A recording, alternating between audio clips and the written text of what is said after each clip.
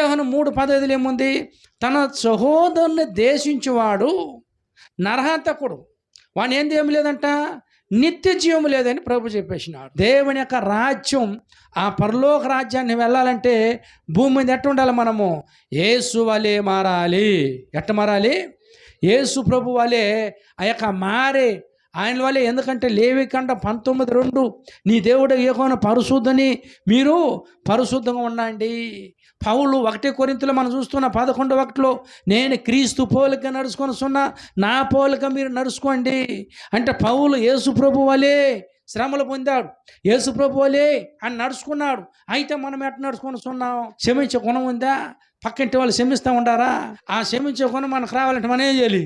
యేసు దగ్గర అడగాలి, ప్రభా నీ గుణ లక్షణాలు నాకు ఇమ్మయ్యా, ఆ ప్రేమ అభిషేకం నాకు ఇమ్మయ్యా. ఇతరులను ఏం చేయాలి? క్షమించే గుణం మనకు ఉండాలి.